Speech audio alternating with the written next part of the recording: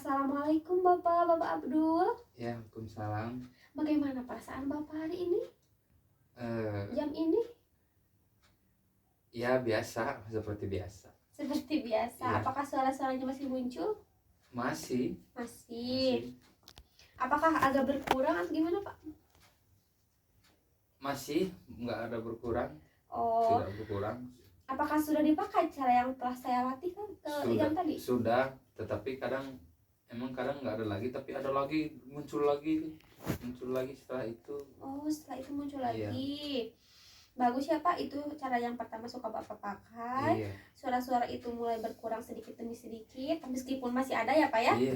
Sesuai janji kita tadi, saya akan latih cara yang kedua untuk mengontrol halusinasi Bapak ya, dengan bercakap-cakap dengan orang lain di sekitar Bapak. Kita akan latihan selama 20 menit. Apakah Bapak siap Pak? Iya. Siap ya. Mau di mana Pak? Di sini, di luar atau di mana? Terserah Bapak. Saya mau ikut aja ke Bapak. Sini aja. Di sini aja ya. Iya. Cara yang kedua untuk mencegah atau mengontrol halusinasi yang lain adalah dengan bercakap-cakap dengan orang lain, bercakap-cakap di sekitar Bapak. Jadi kalau Bapak mulai mendengar suara-suara itu, langsung saja mencari teman untuk diajak ngobrol, minta teman untuk ngobrol dengan Bapak. Contohnya begini, tutup telinga Bapak, Iya. dan tolong saya mulai dengar suara-suara itu, ayo ngobrol dengan saya. Coba Pak, Bapak. Tolong, saya mulai dengar suara-suara itu. Ayo ngobrol dengan saya. Bagus Bapak ya. Alhamdulillah saya ketawa itu Bapak, karena Bapak itu pintar sekali. Maaf ya Pak, saya ketawa soalnya Bapak pintar yang saya obrolin apa.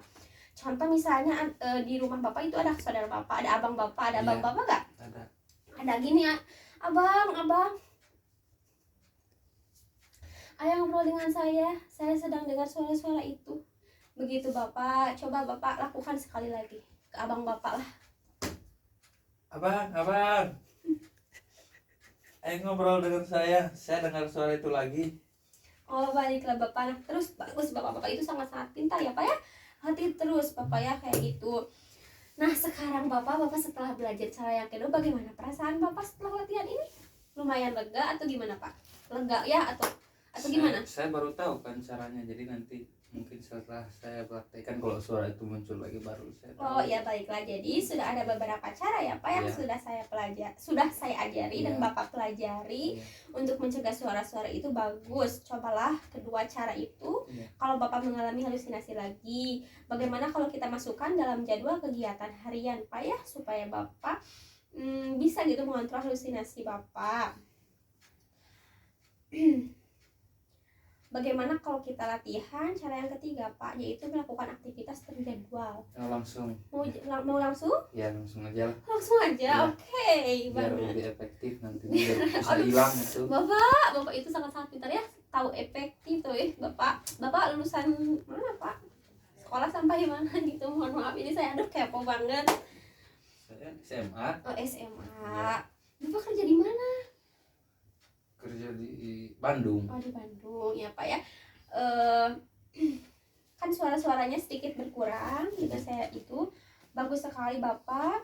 Sesuai tadi kita akan cara latihan yang ketiga supaya halusinasi itu sedikit berkurang. Hari ini juga kita akan belajar dengan cara yang ketiga untuk mencegah halusinasi, yaitu melakukan kegiatan terjadwal Pak. Mau di mana di sini bicaranya, atau bisa Bapak nggak mood, bisa mau di luar atau di sini saja? Sini saja. Oke baiklah Pak. Terjadwal gimana? Apa? Terjadwal gimana?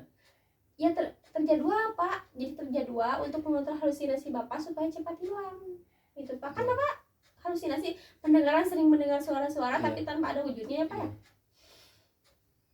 Nah Pak, di aktivitas Bapak sehari-hari apa yang bisa Bapak lakukan?